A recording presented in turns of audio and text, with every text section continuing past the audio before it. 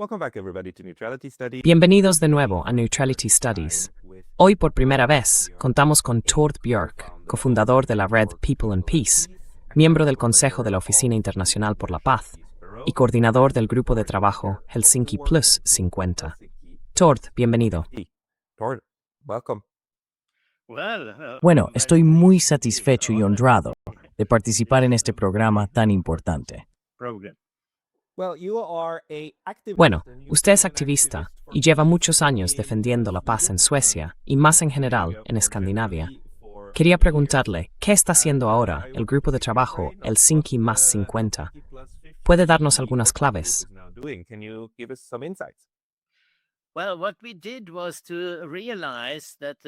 Bueno, lo que hicimos fue darnos cuenta de que el 50 aniversario del Acta Final de Helsinki tenía una importancia mundial. La cuestión es que, en 1975, fue posible que todos los dirigentes de los estados que se enfrentaban entre sí, incluidos Turquía y Chipre, que un año antes estaban en guerra, se unieran en torno a un llamamiento a la distensión.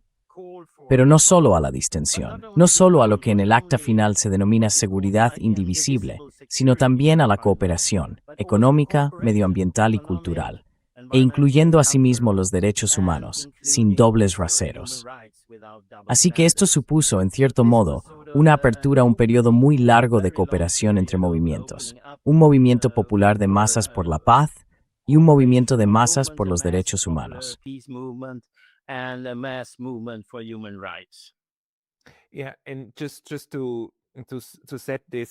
Sí, y solo para situarlo en su contexto, el Acta Final de Helsinki de 1975 se firmó tras 5, casi 6 años de negociaciones constantes para una conferencia sobre seguridad y cooperación.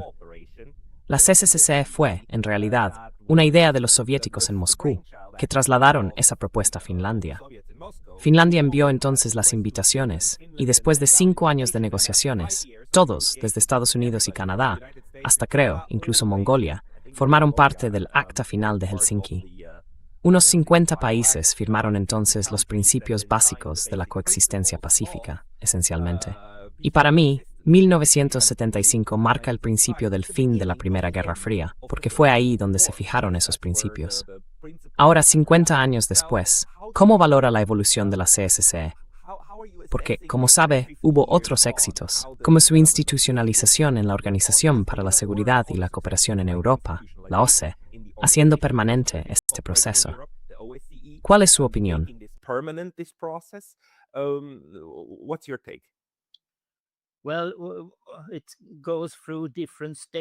Bueno, pasa por distintas etapas. Lo que podemos ver son las primeras etapas exitosas.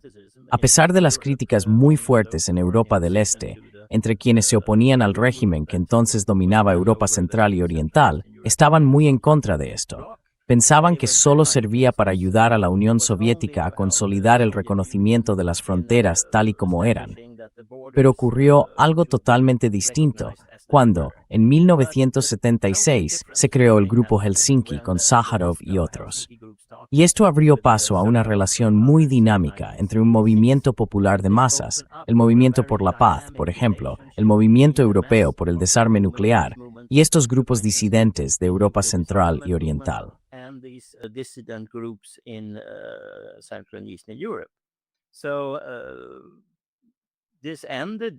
Así que esto acabó, por fin, con ese cambio, un cambio no violento, en todas las llamadas revoluciones de terciopelo. Fue una etapa que también resultó muy útil para alcanzar muchos acuerdos sobre la reducción de armas nucleares y medidas de fomento de la confianza. Muchos acuerdos en ese sentido. Luego llegó 1990, y parecía un éxito total para el proceso de Helsinki, con una reunión en París en la que todos volvieron a acordar lo mismo: seguridad indivisible, derechos humanos, etcétera, etcétera.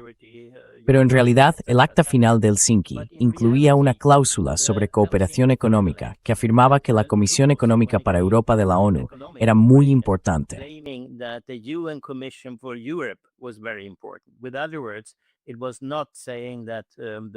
En otras palabras, no se decía que las instituciones de Bretton Woods y las instituciones financieras, totalmente dominadas por Estados Unidos y Occidente, fueran la solución a los problemas económicos. Pero en realidad ocurrió lo contrario. Está muy claramente documentado que Rusia recibió un trato completamente distinto durante este periodo de transición que, por ejemplo, Polonia. Polonia recibió toda la ayuda específica que necesitaba para llevar a cabo esta transición de una buena manera, mientras que a Rusia se le negó.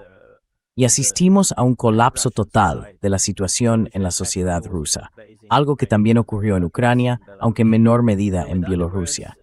Así que, en otras palabras, esta idea del 75 nunca se llevó a término en lo económico. Y lo que obtuvimos, en cambio, fue una evolución cada vez más allá de lo que más tarde se llamó seguridad común.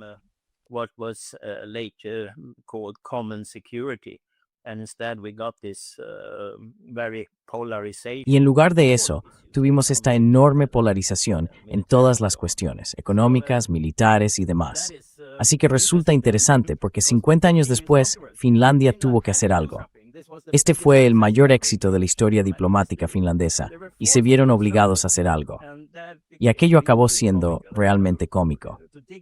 Si se analiza cómo en este 50 aniversario, dice mucho. Y lo que vemos ahora es que, al afirmar ser los herederos legítimos del Acta Final de Helsinki, todos los movimientos pueden decir que ahora estamos cumpliendo lo que los líderes de Estado decidieron en el 75. Así que nos da legitimidad para plantear ideas de cambio, no solo en términos de seguridad, sino también de cooperación y derechos humanos. Hey, just a very quick note, the best way to support this channel is by signing up for my free Substack. You can also help with a paid subscription there, or you can get some of our new merch on neutralitystudies.com. Links below. See you there. Yeah, and you know, you're saying it was Sí, y ya sabe, usted dice que fue casi cómico porque claro, el 50 aniversario fue el año pasado, en 2025. Y eso ya fue 2 años después de que Finlandia entrara en la OTAN, ¿verdad? Finlandia era neutral, junto con Suecia, donde usted está, por cierto. Así que Finlandia, Suecia y Noruega, estos países nórdicos cooperan estrechamente. La importancia, en realidad, de 1975 y de 1969, porque esto empezó entonces, ¿verdad? Fue que los soviéticos pidieron a los finlandeses que hicieran algo, porque Finlandia era neutral y podía acceder a ambos lados, ¿verdad? Y una de las historias de éxito del proceso de Helsinki es que estos distintos países neutrales, entre ellos Suecia y Suiza, pudieron ayudar a allanar el camino para asegurar que los países comunistas y capitalistas se reunieran de verdad y mantuvieran esas negociaciones. En parte en Helsinki, luego en Ginebra y después, para Helsinki el acta final.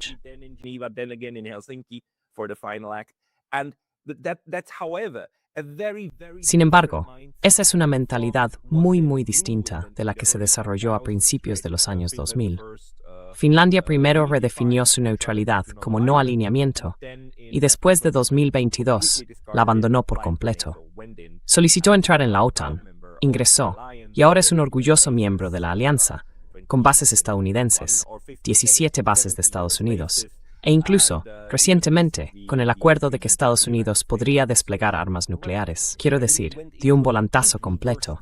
Así que teniendo además el recuerdo de haber sido neutral y de haberlo sido con mucho éxito, ¿cómo se vivió eso el año pasado? Como usted decía, Finlandia no pudo sino intentar recordar su pasado diplomático.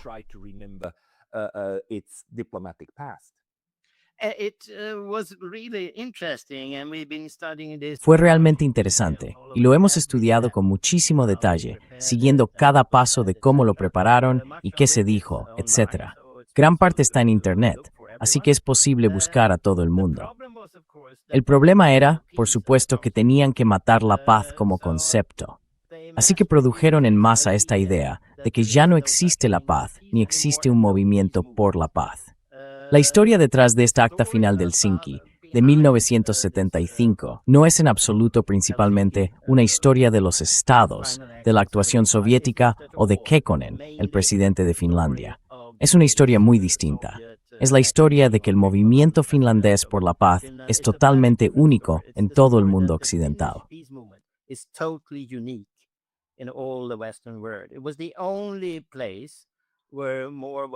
Fue el único lugar donde organizaciones pacifistas más, por así decirlo, burguesas se unieron a los comités por la paz. El único lugar de la Tierra donde eso podía ocurrir y donde ya se habían desarrollado en los años 40. Y eso hizo posible que el Comité de la Paz tuviera su sede mundial en Helsinki. También hizo posible celebrar un festival de estudiantes y jóvenes que se venía organizando desde finales de los años 40 en muchos lugares de la Tierra. Y, por primera vez, se celebró en Viena, en Occidente. Pero en 1961 tuvo lugar en Helsinki, y los activistas de derechas lo atacaron con tanta violencia que el presidente Kekkonen pudo acudir a las actividades culturales de este festival. Eso provocó una explosión de interés popular por crear sociedades de amistad.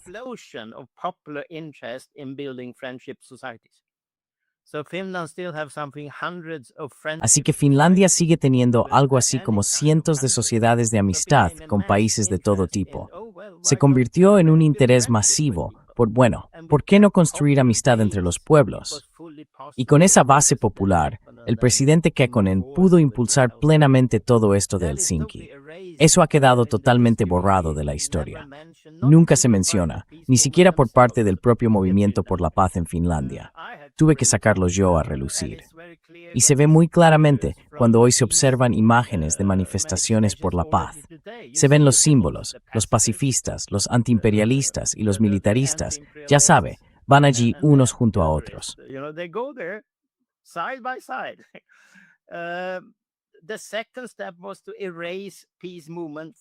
El segundo paso fue borrar al movimiento por la paz del relato posterior sobre el acuerdo de Helsinki. Así que el presidente Stubb, el presidente actual, afirmó que todo el resultado de Helsinki fue la derrota del comunismo. El capitalismo derrotó al comunismo. Según él, el único resultado de todo ese esfuerzo fue que permitió la libertad en el bloque soviético, y eso derribó a este régimen comunista. Nunca hubo un movimiento pacifista de masas.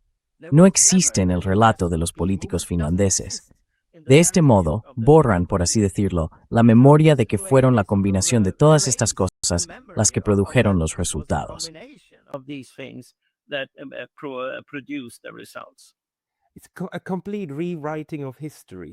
Es una reescritura completa de la historia. Y como decías, mata la paz y también todo el concepto de neutralidad, la capacidad de tener acceso a todo el mundo. Es un borrado total y una victoria absoluta y completa de nosotros contra los otros, del bien contra el mal. Una concepción realmente estúpida.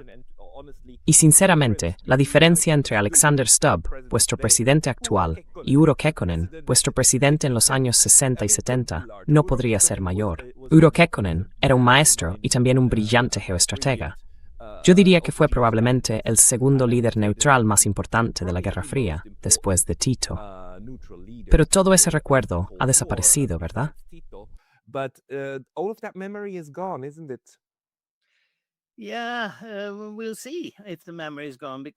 Sí, veremos si la memoria ha desaparecido, porque, ya sabes, la historia tiende a volver a poner las cosas en su sitio. No es solo que él tuviera una visión geopolítica. Lo interesante es que venía del Partido Rural, el Partido del Centro. Y existía esta alianza de clases entre el movimiento obrero más radical y el ámbito rural. Y eso construyó, en cierto modo, no era solo que, he hablado del movimiento por la paz, sino que había una especie de base de masas. Cuando hacían algo, ocurría en todo el país, tanto en las ciudades como en los distritos rurales y demás. Así que aquí también se estaba construyendo una alianza de clases muy específica. Pero si se profundiza más, se vuelve realmente horrendo.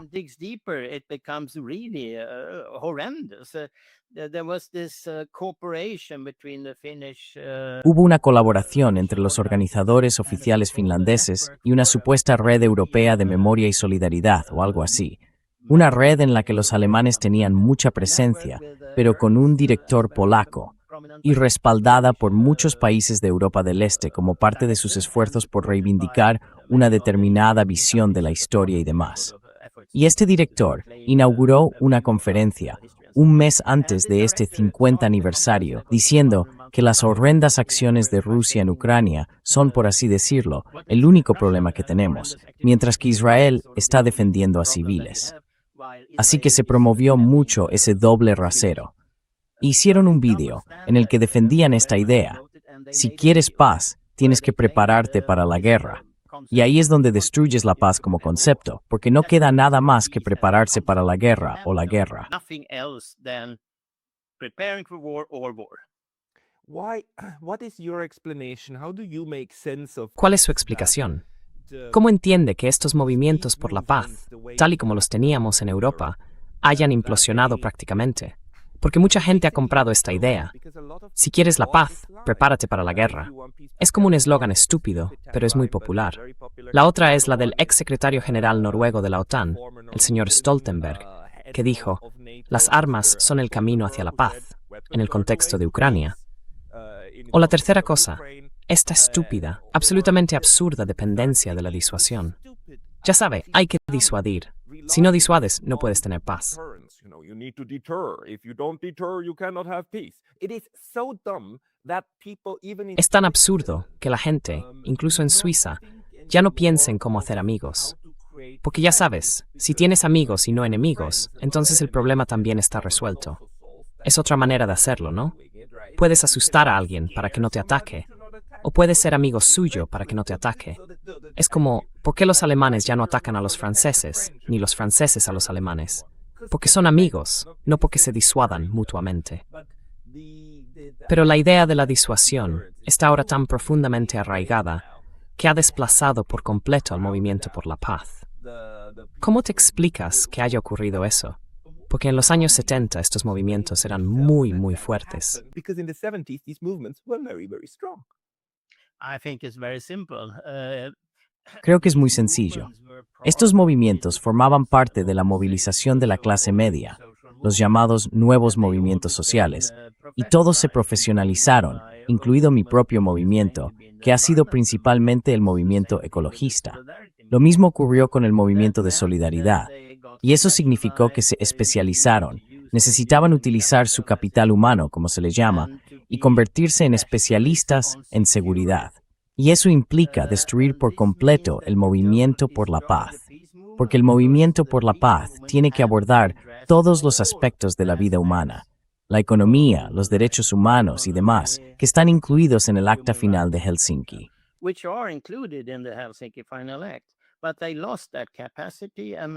Pero perdieron esa capacidad y entraron en una situación muy cerrada de miras, en la que no eran capaces de abordar los problemas actuales. Y lo mismo ocurrió con el medio ambiente.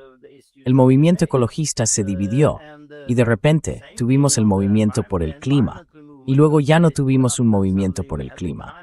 Solo teníamos el movimiento por un futuro sin combustibles fósiles, que no abarca en absoluto toda la cuestión climática, porque también es una cuestión rural relacionada con la agricultura y demás.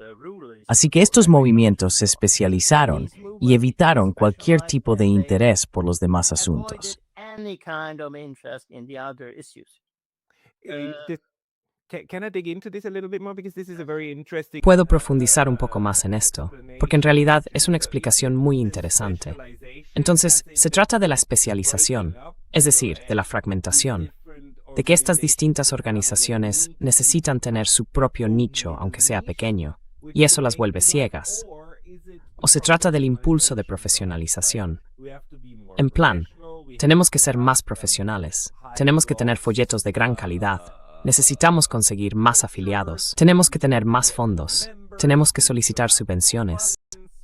Y eso fue lo que las volvió dóciles. and that then made them docile. I mean, which one is more important, or is it both? Quiero decir, ¿cuál es más importante? Las dos cosas. Es una combinación. Eso también significa que los idealistas que aún quedan siempre se remiten a los años 80. En Suecia, les encanta referirse al movimiento contra la guerra de Vietnam, porque creen que entonces tuvieron un éxito enorme. Y viven en el pasado, lo cual encaja muy bien con esta profesionalización. Así no se profundiza en los asuntos más difíciles de hoy, pero no creo en absoluto que el movimiento por la paz haya hecho eso. Al contrario, Es ahí donde empieza a crecer buena parte de la unificación de los movimientos. Por eso tengo la sensación de que estamos en una etapa muy nueva del movimiento por la paz, en la que podemos avanzar. Y una de las cuestiones es que nos puede ayudar a mirar a Helsinki y ver cómo podemos darle continuidad, porque los políticos han desaparecido por completo. En Suecia, y lo mismo en Finlandia y en todos los países nórdicos, todos los partidos parlamentarios están totalmente a favor de aumentar los presupuestos militares y de entrar en todo este entramado de la OTAN y demás.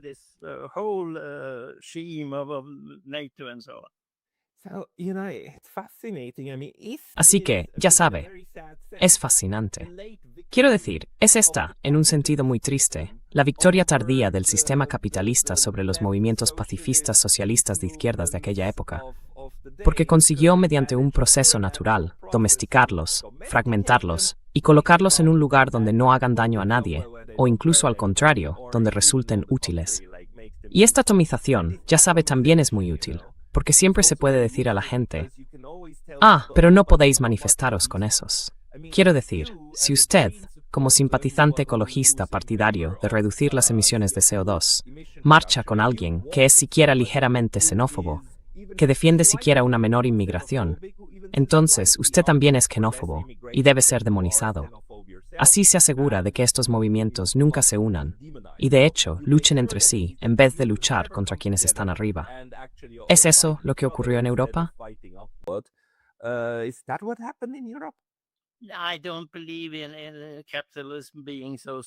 No creo que el capitalismo sea tan fuerte. La razón por la que nunca me hice de izquierdas en los años 70 era muy sencilla. Pensaba que no tenía que hacer el trabajo por duplicado.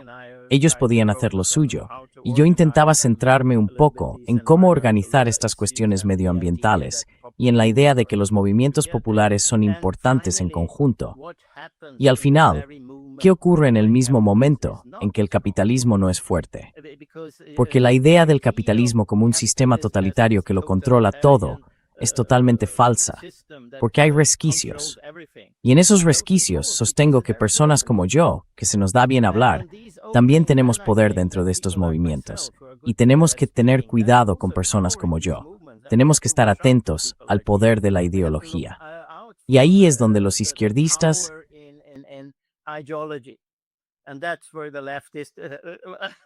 Eso no les gustó nada, claro. Así que, dicho de otro modo, creo que no podemos limitarnos a culpar al sistema. Tenemos que mirar cómo nos relacionamos con la vida cotidiana.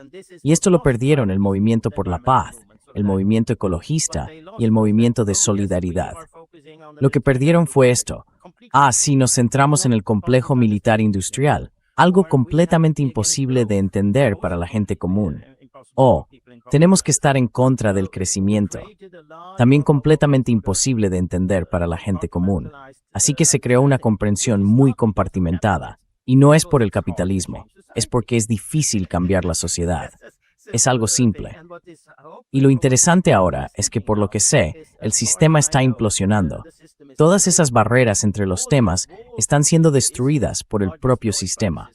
Y el movimiento sigue creyendo que esas cosas existen, pero no existen. Así que ahora, de repente, nos enfrentamos a ese sistema. ¿Qué civilización queremos?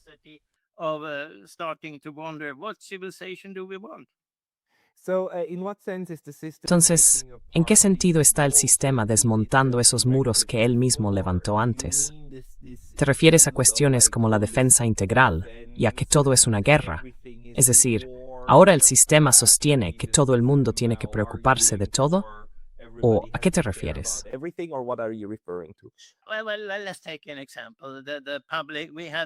Bueno, tomemos un ejemplo. Hace poco, en mayo, tuvimos esta reunión de ministros de Asuntos Exteriores de la OTAN en Helsingborg, Suecia. ¿Y cuál fue la noticia en el informe del servicio público sobre esa reunión? Pues dijeron que en realidad no pasó nada. Lo único que pasó fue que Estados Unidos no nos dio una paliza. Fue un gran éxito que no pasara nada. Lo que sí pasó fue que Suecia alcanzó un acuerdo técnico con Estados Unidos que no tiene nada que ver con cuestiones militares ni con la seguridad. En otras palabras, todo el sistema entiende que ya no existe la seguridad separada de la economía o de lo que sea. Security separated from economy or whatever. And it's extremely clear now what happens with Y ahora está clarísimo lo que ocurre con todo lo de la OTAN 3.0, la nueva OTAN, en la que nos integramos por completo y convertimos Europa en una cadena de producción para la OTAN, bajo control de Estados Unidos. Y esto no es solo una cuestión de la OTAN, es una cuestión de todo el impulso tecnológico hacia la dependencia de los monopolios tecnológicos estadounidenses, del monopolio energético al que aspira Estados Unidos. Y esto se refleja en cosas como Pax Silica, que es este acuerdo que Suecia estuvo entre los primeros en firmar. Dice que los minerales críticos que tenemos los mayores yacimientos de toda la Unión Europea. Tenemos mucho uranio, los mayores yacimientos. Tenemos muchos buenos lugares para instalar centros de datos y demás. good places for putting computer centers and so on. And we are wanting to be part Y queremos formar parte de un desarrollo estratégico de estas cuestiones en manos de Estados Unidos, lo que parece contrastar con la Unión Europea, que también quiere tener cierta autonomía estratégica en este ámbito, porque es clave para el futuro de la economía. Pero ahora, recientemente, la Unión Europea también ha firmado su propia sentencia de muerte en lo que respecta a cualquier posibilidad de tener autonomía estratégica en tecnología y en el desarrollo de la economía. Así que lo están destruyendo todo. Y lo que ocurre es que el movimiento ecologista reconoce esto. Y por toda Suecia ha habido protestas contra la minería de uranio y contra el vínculo con la energía nuclear y el terror nuclear.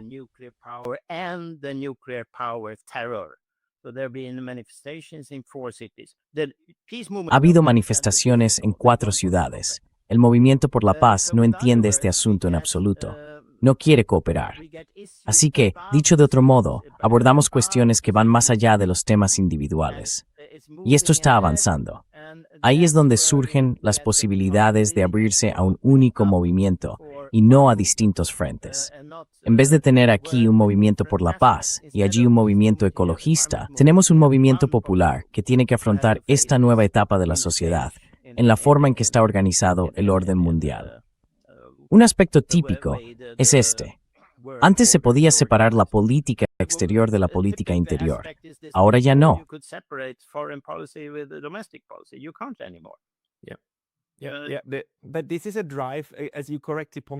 Sí, pero esto es una dinámica que, como has señalado acertadamente, viene del sistema que está haciendo esto y que intenta crear una especie de cuestión que lo abarque todo. Y en realidad, la mayor parte gira en torno al concepto de guerra. Todo es una guerra. Guerra fuera, guerra dentro, guerra en el cerebro, guerra en el corazón. Y es una auténtica locura. Quiero decir, casualmente, sé que tú también conoces a Nel Bonilla, ¿verdad? Sí. Hablé con ella ayer. Ella señaló eso mismo. La OTAN 3.0 y el impulso hacia el Estado búnker. Con todo centrado en que el ciudadano tenga que sacrificarse, él o ella, por el bien mayor de la defensa colectiva, frente a cualquier amenaza que se presente desde arriba. Y esa dinámica, según tu interpretación, está alimentando ahora la posibilidad de resistencia pública, porque impulsa a estos distintos movimientos a volver a unir fuerzas.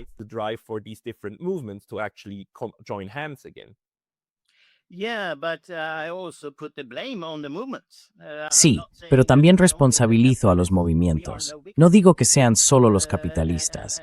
No somos víctimas. Y por otro lado, creo que tenemos que entender que esta idea de la que se me podría acusar de creer en los movimientos populares como una especie de motor del cambio tiene un límite. La gente corriente no puede estar movilizada, intentando luchar todo el tiempo. Así que es bastante comprensible que durante un tiempo renuncies a esas esperanzas y pongas tu esperanza en que alguna organización muy profesional te ayude, o un sindicato, o lo que sea. Es totalmente comprensible. Pero también está causado por esto, porque ha sido perfectamente posible ver lo que ha ocurrido. It's not so that this happens out of nowhere. No es que esto ocurra de la nada. Quiero decir, basta con mirar cualquier aspecto, y la militarización de las fronteras, esta Europa fortaleza, ¿son ya 70.000 las personas que han muerto asesinadas al intentar entrar en la Unión Europea? Todos los acuerdos comerciales, que están acabando con la agricultura en África Occidental y demás, y que luego generan a estos refugiados. Lo tienes ahí. Y cada vez que lo analizas, descubres que esto no surge de la nada, pero no ha habido suficiente interés, digamos, intelectual, por intentar unir todas estas cosas. Y ahora podemos recibir ayuda, porque lo que está haciendo el sistema es hacerlo porque es débil.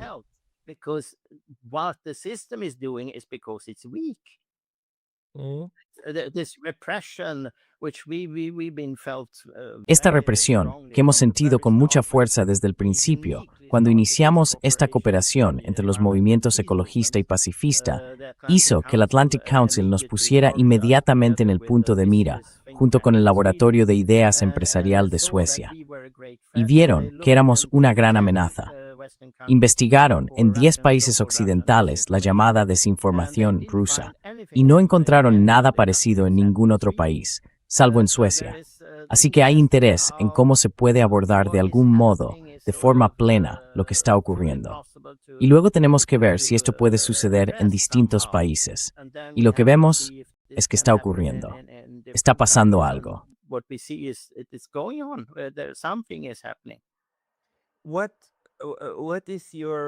¿Cuál es su recomendación? ¿Qué se puede hacer? Porque lo que acaba de decir es muy importante, ¿verdad? La gente de a pie, como todo el mundo, ya sabe. Quiero decir, el día solo tiene 24 horas para todos. Y mucha gente tiene hijos, tiene trabajo, tiene padres y personas de las que ocuparse, por aquí y por allá. Hay una vida, ¿verdad? No se dispone de tiempo infinito, ni siquiera para escuchar podcast, para leer libros o para leer panfletos, ¿verdad? El tiempo es limitado. Pero Agmel, extete está deste punto oplath.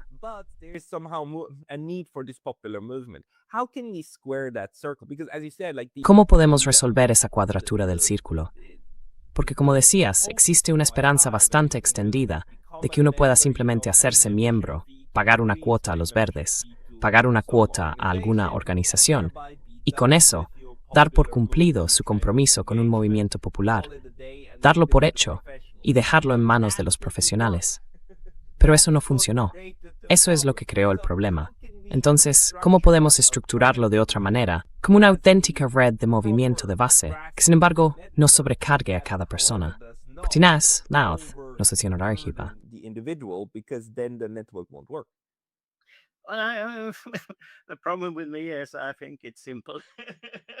El problema conmigo es que creo que es sencillo.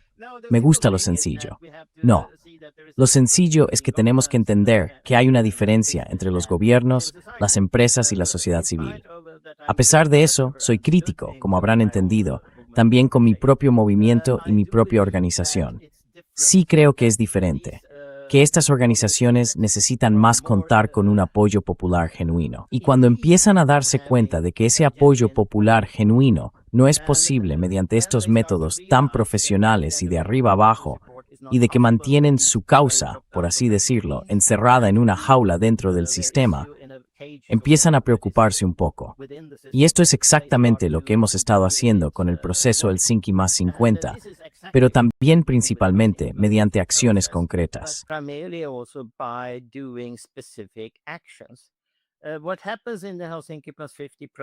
Lo que ocurre en el proceso Helsinki+50 es que nos hemos encontrado con una situación muy extraña. Quienes principalmente han cuestionado al movimiento por la paz han sido los ecologistas. Yo vengo del movimiento ecologista y en cierto modo estoy constantemente en conflicto con los movimientos por la paz. De hecho, me han incorporado al Consejo de la Oficina Internacional por la Paz. Es por mis antecedentes. Y funciona. Es provocador, pero empiezan a decir, vale, en otras palabras, esa conexión entre los movimientos por la paz y los movimientos ecologistas ha sido la clave del éxito de lo que hemos desarrollado con el proceso Helsinki+50, prácticamente sin financiación. La segunda cuestión es el movimiento de derechos humanos. 2-hour meeting in Helsinki. Una reunión de 2 horas en Helsinki, muy pequeña, pero la gente acudió. Y uno de ellos era Makarov, del grupo Helsinki de Moscú, es decir, del núcleo de todo el movimiento de los comités Helsinki. Y fue muy autocrítico con la profesionalización del movimiento. Y este proceso se está desarrollando no solo porque exista autocrítica ante esta enorme institucionalización, que significa que en cierto modo te has perdido y ya no tienes un apoyo popular real. También quedas totalmente desacreditado por el doble rasero cuando se trata de Ucrania y Palestina. Así que incluso las figuras más importantes e influyentes del movimiento de derechos humanos entienden que esto es el final. En otras palabras, hay un cambio. Simplemente ya no puedes mantener ese doble rasero.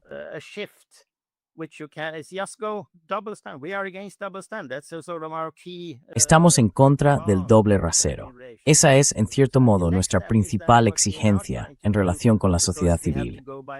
El siguiente paso es lo que estamos intentando hacer ahora, porque tenemos que ir más allá. El 50 aniversario fue el año pasado. Se trata de desarrollar contactos más sólidos con los sindicatos, con los movimientos rurales y con investigadores como vosotros. Lo que queremos crear es un consejo de investigadores y movimientos que juntos empiecen a desarrollar estudios, investigaciones, lo que sea, para fortalecer este vínculo con los movimientos. Y no depender de youtubers individuales y fantásticos que todo el mundo conoce y que tienen una audiencia muchísimo mayor que la nuestra. Pero en fin, esa combinación, empezar a desarrollar ciertos temas.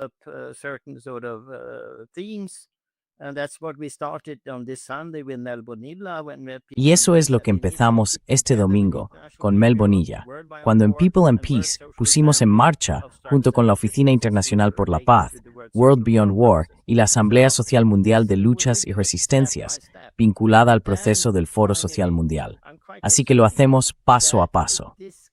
Y por último, estoy bastante seguro de que el tipo de conocimiento que se puede generar mediante esta clase de cooperación permite abordar estas nuevas cuestiones, que preocupan mucho a la gente común, las empresas tecnológicas, la inteligencia artificial, toda la manera en que la economía está ahora sometida de algún modo a los monopolios de Estados Unidos. Son cuestiones nuevas y realmente transversales, pero también está la lucha contra la represión. Fighting against the repression. What is, in your esteem, the best ¿Cuál es, a su juicio, la mejor manera de que estos distintos grupos y estas distintas personas se apoyen mutuamente? Porque algo que he observado en mi trabajo con diferentes grupos es que la tendencia o la intuición es reunámonos y creemos algo nuevo.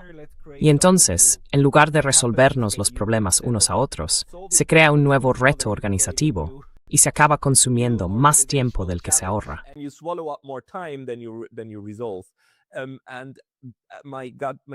Y creo que deberíamos trabajar en cómo, en lugar de crear más estructuras, averiguar cómo ampliar nuestro alcance de forma vertical y cómo facilitarnos la vida unos a otros. Si yo te invito a mi canal, puedo difundir tu mensaje, tú obtienes algo a cambio, y así sucesivamente. No necesariamente tenemos que crear un foro conjunto para algo, solo tenemos que encontrar la manera de trabajar de forma que nos reforcemos mutuamente. ¿Cómo se hace eso? Porque de nuevo, la intuición es, sentémonos juntos y creemos un consejo de algo, de no sé qué. Y luego el consejo tiene que reunirse, tener una constitución y bla, bla, bla.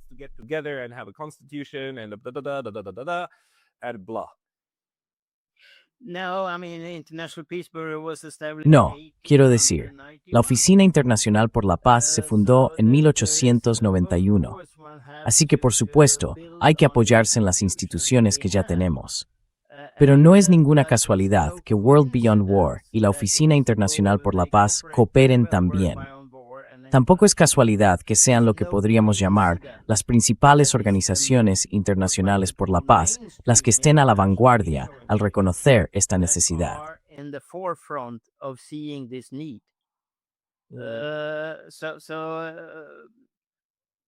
Las instituciones siguen siendo importantes. Eso es lo que está diciendo.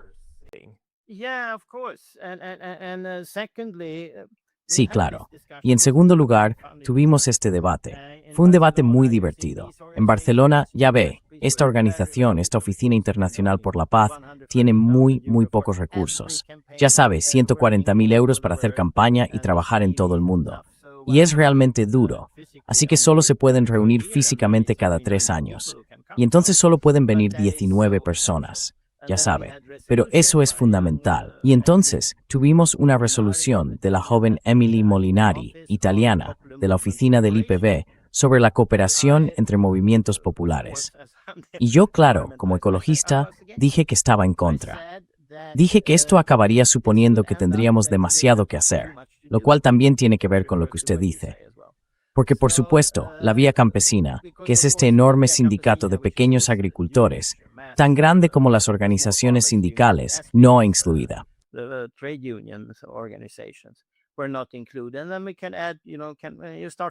Y luego podemos añadir. Ya sabes, empiezas a añadir y añadir y añadir y acabas con una lista interminable de movimientos. Yo dije que teníamos que mirarlo de una forma totalmente distinta. Tenemos que fijarnos en esos movimientos que abordan los problemas de la vida cotidiana de la gente común, que tienen una dimensión local, nacional e internacional, y que se interesan por múltiples cuestiones, aunque quizá tengan intereses centrales propios, y forman parte de un único movimiento. Y nosotros somos aspectos diferentes de ese mismo movimiento. Y para mi sorpresa, el ex secretario general adjunto de la CCCI, que forma parte de la junta directiva de la IPB, dijo que sí inmediatamente. En otras palabras, no es en absoluto imposible crear una especie de proceso orgánico en el que empieces a crear una cultura, en lugar de una nueva constitución o lo que sea, una nueva organización.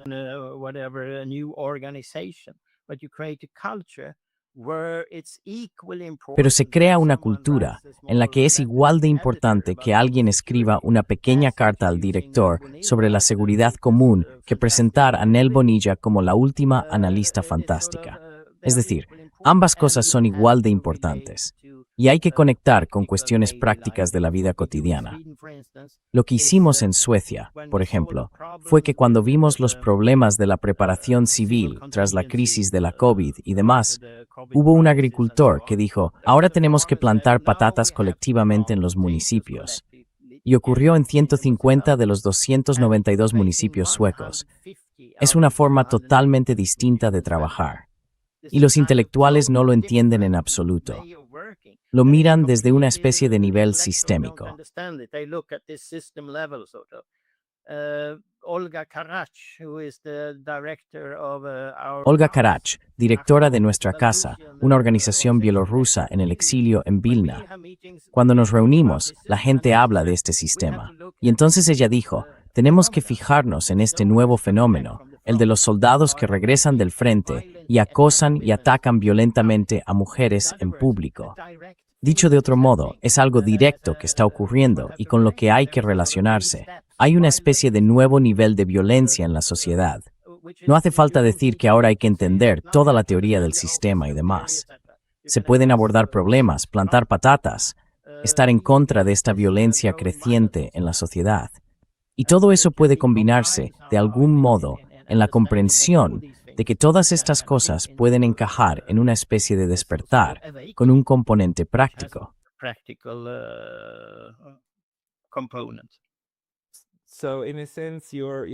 Así que, en cierto sentido, estás defendiendo que se preste más atención a los síntomas, en lugar de intentar constantemente ir a la teoría del sistema subyacente o general que hay detrás. Simplemente, mirar lo que está ocurriendo e intentar profundizar en qué motiva a la gente a hacer las cosas.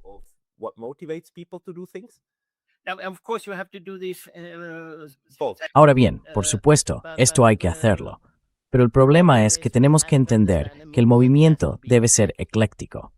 No puedo decir que este sea el principal marco ideológico con el que todos nosotros, el anticapitalismo, el antidesarrollismo o el patriarcado, tengamos que vivir. Hay distintos tipos de motivaciones ideológicas.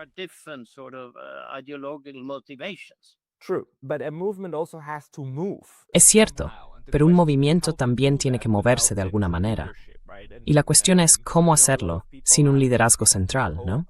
y mucha gente tiene la esperanza de que la inteligencia colectiva y demás se coordinen, bla, bla, bla, bla, bla. Pero eso es muy difícil. Es como cómo tener un movimiento sin liderazgo ideológico, ¿no? Sin una ideología global, sin una estructura de liderazgo, sin la pirámide. Pero eso es precisamente lo que hace falta.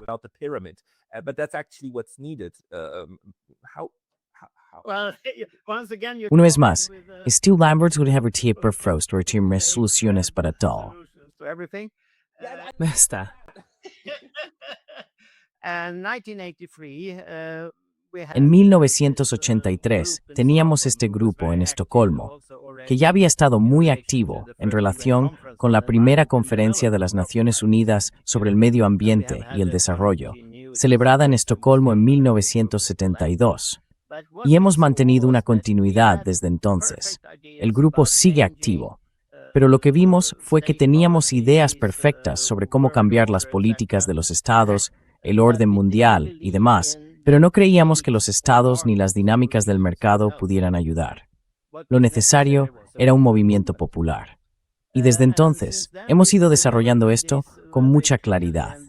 Definimos un movimiento popular como la combinación de intentar vivir de acuerdo con lo que predicas e intentar cambiar la sociedad, algo que, por supuesto, es imposible. Pero ese es precisamente el núcleo de por qué los movimientos se desarrollan continuamente. Esa es, en cierto modo, su dinámica. Por más, si quieras formar tu institución.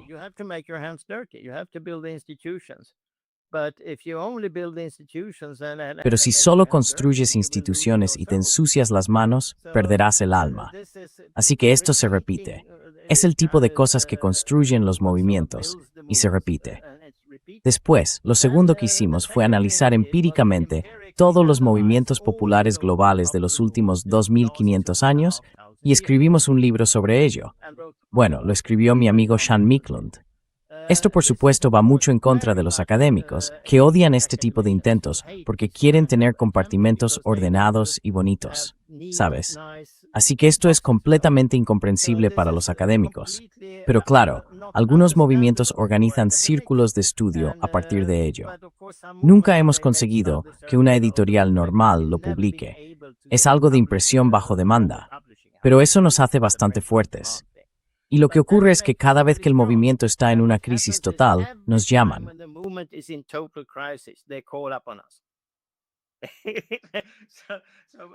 El último hombre que queda en pie, aquel en quien puedes confiar, que sigue ahí, o que ellos siguen ahí. Por alguna extraña razón, tenemos algún tipo de respuestas para estas cosas. Y lo que hacemos es que al mismo tiempo que hemos desarrollado estos contactos con la red de transición en Suecia, con esa gente que hace todas estas cosas prácticas y que no tiene miedo. Quiero decir, si hablamos con nuestros amigos de las empresas agrícolas, no me gusta Putin, pero tampoco me gusta que John Deere y Monsanto se apoderen de la tierra negra de Ucrania. Voy a afirmar, me llamarán putinista, me importa una mierda. Esto es completamente distinto de la clase media, ya sabes. Tiene tanta posición de alguna manera.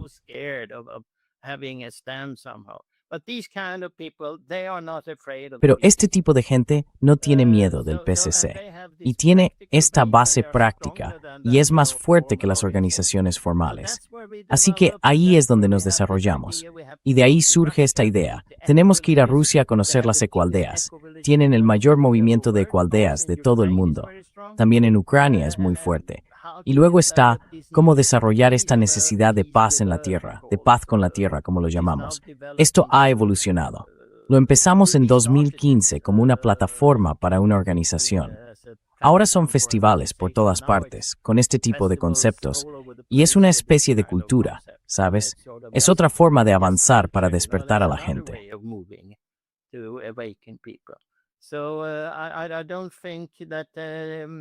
Así que no creo que la cuestión, si encontramos la esencia, sea estar en contra de las instituciones o a favor de ellas. Lo importante es la dinámica de todo el despertar y la organización que ahora son posibles. A veces uno realmente se lo pregunta, pero creo que son débiles. Ya no son capaces, ya no están creando hegemonía. Y creo que Nel Bonilla es fundamental para analizar esto, en el sentido de mostrar que la competencia ya no interesa en política ni en muchas otras cosas, porque entonces hay que dar resultados. Los líderes de arriba tienen que ser competentes para establecer redes con las otras élites de otros países, lo que él llama la élite transatlántica. What she calls the transatlantic elite. And that sort of understanding Y esa idea de que no hay un plan maestro, de que no hay un único actor que lo controle todo, pero sí se está produciendo una especie de interconexión. Eso es exactamente lo que ocurrió con los regímenes de libre comercio y con el tema de las privatizaciones, las puertas giratorias. Pero también es lo que yo mismo ya analicé en los años 90 en las ONG, el mismo tipo de proceso. Las cúpulas de las ONG, es decir, de las organizaciones de derechos humanos y de las grandes organizaciones pacifistas consolidadas, tienen más en común con otros dirigentes de otras organizaciones de la sociedad civil y de los partidos políticos que con sus propias bases.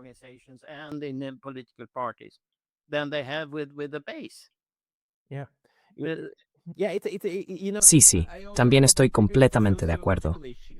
Es una cuestión sociológica. El problema es que somos 8.000 millones de personas en este planeta y estamos condenados a autoorganizarnos. Por desgracia, no se nos da muy bien organizarnos. Y entonces tienes estas redes, estos grupos y demás que se reúnen. Y por supuesto, la élite del dinero tiene más intereses en común que la gente de clase media y de clase baja. Así que es natural. Y entonces empiezan a hacer cosas. Pero, en cierto sentido, el antídoto contra la militarización y el envenenamiento del planeta no consiste tanto en entrar en por qué está ocurriendo, en que todo está mal, y darle demasiadas vueltas. Consiste en intentar hacer algo y sencillamente hacerlo. Y en cierto sentido, como decías, no puedes hacer solo una cosa. Quiero decir, constantemente necesitas hacer las dos, ¿verdad? Pensar y trabajar. Así que me recuerdas mucho a ese dicho franciscano o benedictino. Ora et labora, reza y trabaja. Hay que hacer las dos cosas. Pray and work. You got to do both. Sí, y es lo mismo. Hay que hacer tanto resistencia como propuestas constructivas. Y ahora mismo lo que nos falta muchísimo son propuestas constructivas. Por eso hablo de plantar patatas, o de construir amistad entre el este, el oeste y el sur, de construir amistad también entre Ucrania, Rusia, etc. Este tipo de cosas es en realidad un concepto muy gandhiano. Resistencia total contra los imperialistas, pero también construir tu propia forma de hacer las cosas. Así que eso es lo que estamos haciendo ahora, con este concepto paz, etc. Paz con la tierra. También intentamos unir esta matura de propuestas constructivas. Go forward also in terms of constructive solutions. I like that very much. Thank you for very practical. Me gusta mucho eso. Y gracias también por unos consejos muy prácticos. Es como, da igual, planta patatas, crea organizaciones de amistad.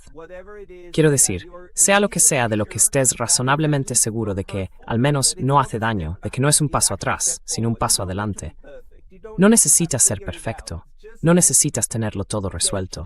Simplemente valóralo un poco. Probablemente no sea la dirección equivocada, y entonces da un paso.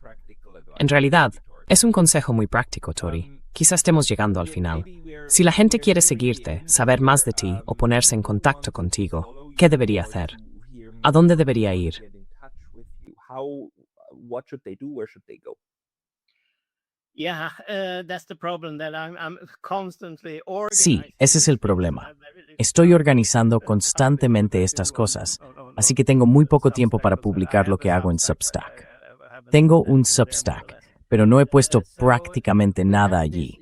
Así que tenemos este canal de YouTube, People in Peace, con más de 100 publicaciones, y bastantes de ellas en inglés, ya sabes, con títulos como No se puede comer dinero. Así es como abordamos, por ejemplo, todas las políticas comerciales de la Unión Europea en relación con Mercosur y estas cuestiones agrícolas. Hay mucho contenido en el que también abordamos esta cuestión, que el antirracismo tiene que ir unido al anticolonialismo, que es el concepto oficial de la ONU. Es una manera de hacerlo. Which is one way of doing it. We also address, for instance, the need for También abordamos, por ejemplo, la necesidad de oponernos a la relativización del Holocausto, que se utiliza como una forma de blanquear a los países occidentales, afirmando que la Unión Soviética fue tan genocida como Alemania, lo cual es, por supuesto, una manera absoluta de tergiversar las cosas, equiparando el terror en la Unión Soviética con el terror perpetrado por los británicos, por ejemplo, en Bengala en 1942, más o menos. Así que hay mucho material ahí. Y luego tenemos una página web específica para Helsinki Plus 50. Y como quizá algunos sepan, no se pueden usar signos de suma en una dirección. Así que plus va escrito con letras, helsinkiplus.org.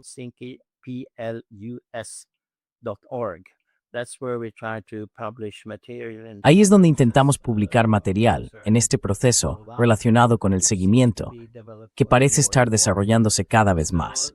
Así que son dos vías. Y luego, por supuesto, la web principal de la Oficina Internacional por la Paz siempre resulta útil para estas cosas.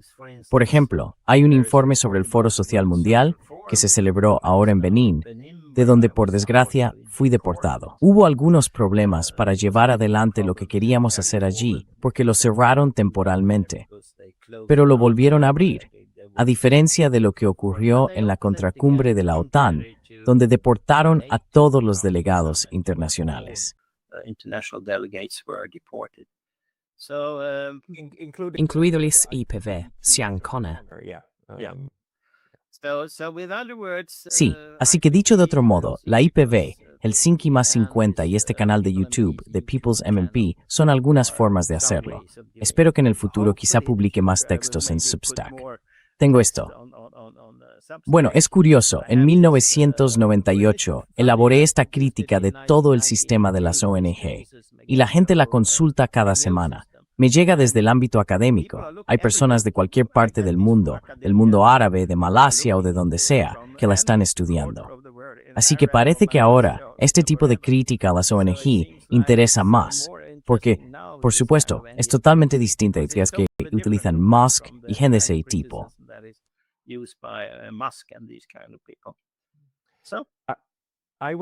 Así que me aseguraré de poner todos los enlaces o direcciones que me habéis dado en la caja de descripción de abajo para que podáis encontrarlos. Por favor, poneos en contacto y, como dijo Tord, haz algo y piensa en ello. Tord Björk, muchas gracias por tu tiempo hoy. Tord Björk, thank you so much for your time today. Gracias, Asgar. Max, me alegra estar contigo.